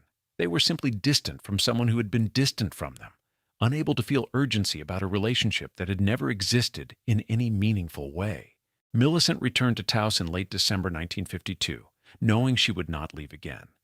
The altitude made breathing harder, but she preferred dying in the house she had built rather than in a hospital or one of her other properties that felt even less like home. She dismissed most of the staff, keeping only a housekeeper and 2 nurses who rotated shifts managing her medications and monitoring her deteriorating condition. The days contracted into smaller rituals. She woke late, her body requiring 10 or 12 hours of interrupted sleep just to function minimally. The nurses helped her bathe and dress, though she insisted on choosing her own clothing even when the effort of deciding exhausted her. She wore silk robes and turquoise jewelry to sit in her bedroom, maintaining the performance of elegance for an audience of hired caretakers who did not care. She could no longer walk more than a few steps without needing to rest. The fluid in her lungs made every breath a conscious effort. Her heart beat irregularly, sometimes racing, sometimes slowing to a rhythm that frightened the nurses when they checked her pulse. The medications kept her alive but not functional. She existed in a pharmaceutical haze, awake enough to experience her dying, but too sedated to panic about it. She spent hours looking at her collection, The nurses would help her to a chair where she could see the pottery arranged on shelves, the textiles hanging on walls, the jewelry displayed in cases she had commissioned. She would sit there for an hour, 2 hours, staring at objects she had spent years acquiring, saying nothing. The nurses learned not to interrupt these sessions, understanding that she was doing something they could not name, perhaps grieving, perhaps trying to make meaning, perhaps just occupying time until her body stopped. She rearranged pieces obsessively in early January, asking the nurses to move pottery from one shelf to another, to rehang a textile that looked wrong in its current position, to adjust the lighting in the display cases. The changes were minor, invisible to anyone who did not know exactly how things had been arranged previously. But Millicent noticed, cared, needed the objects positioned correctly, even though she would be dead soon and none of it would matter. Ronald Balcom visited in early January, staying 3 days before returning to Jamaica. The visit was awkward, a dying wife and a husband who had married her for money. Both of them aware that their relationship had been transactional from the beginning. He asked how she was feeling, a question she answered with vague reassurances that fooled neither of them. He mentioned that her attorneys needed some documents signed, estate matters that required attention. She signed what was placed in front of her without reading carefully. He left on January 5th. She watched from her bedroom window as his car pulled away, knowing he was relieved to escape, knowing she had been primarily a financial arrangement that was about to conclude. She felt nothing particular about his departure, no betrayal, no abandonment, just the recognition that he had performed the role he had been paid to perform, and was now reasonably eager for it to end. Her sons did not write. No letters arrived in January, no telegrams. No indication that they were reconsidering their decision to stay in Europe while their mother died in New Mexico. She stopped checking with her attorney's office for news from them. The absence was complete and would remain so. She began giving things away to the staff in late January. Small items at first, a bracelet to one of the nurses, a scarf to the housekeeper, pieces of jewelry that were valuable but not a part of the major collection. She did this casually, as if distributing tips, though the items were worth more than these women earned in months. They accepted with confusion and gratitude, not understanding whether this was generosity or the behavior of someone whose grasp on material reality was slipping. She also wrote notes about specific pieces in her collection, indicating which museums might want them, which dealers could sell them, which items had particular significance. But these notes were fragmentary, written in handwriting that was becoming shakier, placed in different rooms without any organizing system. They would be discovered later, incomplete instructions that could not actually direct what happened to the thousands of objects she had accumulated. The pain intensified in late January. The medications were no longer adequate to control it. She experienced episodes where her chest felt like it was being crushed, where she could not get enough air no matter how hard she tried to breathe. The nurses administered morphine during these episodes, doses that took the edge off the pain but left her confused and barely conscious. She would emerge from these periods disoriented, unsure what day it was, asking questions she had asked hours earlier. She stopped eating. Food had no appeal, required effort she could not summon, sat heavily in her stomach when she forced it down. The nurses tried to convince her to eat small amounts, worried she would die of malnutrition before her heart gave out completely. She took a few bites to placate them, then pushed the plates away. Her body was shutting down, conserving its failing resources for the essential functions it could still barely maintain. In her lucid moments, she looked at herself in mirrors, seeing the face that had been photographed for fashion magazines, now swollen and discolored. Seeing the body that had been carefully maintained now failing, despite every medication and intervention wealth could provide. She had spent her entire life treating her body as a project to be managed, and the project was ending badly. She wondered during one of these mirror sessions in early January what her life might have been if she had been born healthy, if her heart had not been damaged in childhood, if she had not spent decades being fragile and monitored, if her body had been reliable instead of something that required constant medical management. But the wondering was abstract, academic. She had no way of knowing who she would have been without the illness that had shaped everything. On January 31st, she arranged some turquoise on her dressing table, adjusting the stones until they formed a pattern that satisfied her. It was the last time she had the strength to leave her bed for anything beyond necessity. The nurses found her there standing in her nightgown, arranging stones with trembling hands, while her heart struggled to keep beating. Millicent died on January 1st, 1953, alone except for the night nurse who was checking her vital signs when her heart finally stopped. The death was not dramatic. No final words, no gathered family, no moment of clarity or peace. Her heart had been failing for weeks, and at some point during the early morning hours, it simply ceased functioning. The nurse called the physician, who arrived to confirm what was already obvious, then notified the attorney who would handle the estate. Ronald Balcom was in Jamaica when he received the news. He expressed appropriate sorrow in his telegram response, mentioned he would attend to funeral arrangements, and remained in Jamaica for another week before returning to deal with the legal formalities. There was no urgency. She was already dead, and whatever grief he felt, if any, did not require his immediate presence. Her sons were notified through their Austrian attorneys. Paul received the news while having breakfast, read the telegram, and set it aside to finish his meal. Peter heard from Paul later that day. They discussed whether they should attend a funeral if one was held in America. They decided they would not. Their absence from her life had been complete. Their absence from her death would simply continue the pattern. They sent formal condolences through their attorneys and resumed their lives.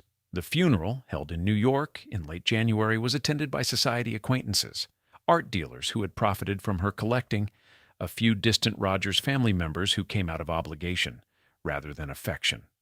The service was tasteful and brief. No one delivered a eulogy that suggested intimate knowledge of who she had been beyond her wealth and her collecting. She was remembered as a patron, a fashion icon, a woman of exceptional taste. Descriptions that were true but incomplete, that captured her public performance without acknowledging the loneliness underneath it. The will, when it was read, surprised no one. The bulk of her fortune was divided between her sons, who would receive trusts that ensured they would never need to work, never face material consequence, never question their right to comfort purchased by oil their grandfather had extracted from American soil. Ronald Balcom received a significant settlement, enough to maintain him comfortably for the rest of his life, compensation for the years he had spent married to a dying woman. The staff who had actually cared for her during her final months received small amounts that were generous by their standards, but negligible relative to the overall estate. The collection was the complicated part. She had written fragmentary instructions about donating pieces to various museums, but nothing legally binding, nothing that constituted an actual bequest. Her sons had no interest in Native American art, no desire to maintain the collection their mother had spent decades assembling. They instructed the estate attorneys to sell it. The sale took months to organize. Dealers and museum curators descended on the Tau's estate, cataloging thousands of pieces, assessing value, negotiating for items they wanted. Some pieces went to museums. The Smithsonian acquired some of her best Navajo textiles. The Denver Art Museum purchased significant pottery. But most of the collection was sold at auction, dispersed to private collectors who appreciated the object's aesthetic value without knowing or caring about the obsessive accumulation that had brought them together. The Native American artists and communities whose work had filled her estate learned of her death through dealers who mentioned it while discussing market values. Some had known her personally, had sold her pieces directly, had accepted her commissions. They expressed polite sorrow when asked, but the relationship had been transactional. She had paid well, but she had also been another wealthy Anglo who collected their culture without understanding its significance beyond aesthetics. Maria Martinez, the potter who had sold Millicent numerous pieces over the years, heard about the death from a dealer who wanted to know if she had more work similar to what was now being auctioned. Maria had found Millicent pleasant but distant, generous with money but never genuinely interested in anything beyond the objects she could acquire. The news of her death changed nothing for Maria, who continued making pottery because it was her art and her living, not because wealthy collectors existed to purchase it. The Tau's estate itself remained empty for months while the estate was settled. The house that Millicent had built and decorated with such obsessive care sat abandoned, filled with furniture and art that had not been included in the collection sale. Eventually, it was sold to someone who appreciated the architecture but had no connection to the woman who had designed it. The new owners removed most of her decorative choices, imposed their own aesthetic, erased the specific vision she had spent years perfecting. Years later, some of the houses she had owned were converted to other purposes. One became a museum, though not dedicated to her. Just a historic property that happened to have been owned by a wealthy woman during the mid-20th century. Her name appeared on plaques as a former owner, a minor footnote in the building's history. The architecture her mother Mary Rogers had designed survived, but Millicent's own contributions, the interiors she had obsessed over, the arrangements she had perfected, were dismantled and forgotten. The fashion that had made her briefly famous was already outdated by the time she died. The bold combinations of Native American jewelry with haute couture had been novel in the 1940s, but fashion moved quickly, and by the mid-1950s other styles had emerged. She was remembered occasionally in fashion histories as someone who had experimented with mixing indigenous art and European luxury. But the references were brief, placing her as a minor figure in a larger story about post-war American style. Her sons lived comfortable lives funded by her fortune, the Standard Oil money that had originated with their great-grandfather's ruthless monopoly building, and had passed through their mother without being significantly diminished. They married, had children, managed properties and investments, and rarely mentioned the American mother, who had provided their wealth but not their upbringing. When their own children asked about their grandmother, they offered vague descriptions. She had been wealthy, interested in art, had lived in America and Europe. The emotional absence was so complete there was nothing specific to say. The collection she had assembled with such passion was scattered. Individual pieces ended up in museums and private collections across the country, separated from the context she had tried to create, existing as isolated examples of Native American artistry rather than as part of her comprehensive vision. No museum ever created the permanent exhibition bearing her name that she had vaguely imagined. Millicent Rogers died owning 5 houses, 2,000 pieces of Native American art, and a fortune that could have purchased almost anything except the things that might have made her life feel less empty.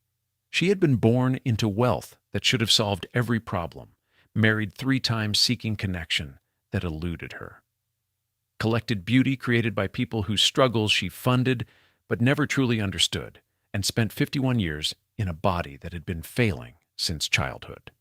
What remains is difficult to assess.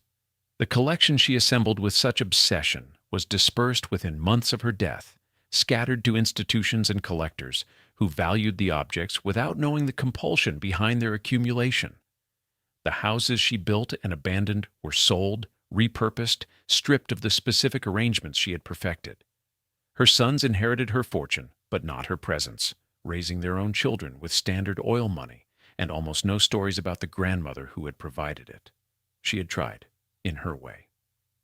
She had performed every role her class and gender and era prescribed: the aristocratic wife, the fashionable socialite, the cultural patron. She had followed the instructions her mother had laid out, pursued the marriages that should have elevated her position, acquired the objects that demonstrated her taste and education. The failure was not in the performance, but in the assumption that performing correctly would produce satisfaction. The question that lingers is what she wanted, that her wealth could not purchase. Connection, perhaps, with her children, with her husbands, with the indigenous communities whose art she collected. Health, certainly, the reliable body that would have allowed her to live without constant medical management and premature death. Meaning, possibly, some purpose beyond decoration and accumulation, some work that mattered beyond arranging beautiful objects in empty rooms. She never found those things, or never found them in forms that sustained. What she left behind was a scattered collection, some architectural footnotes, 2 sons who barely knew her, and the record of a life that had every material advantage except the ones that would have made the advantages feel like anything other than elaborate compensation for what was missing.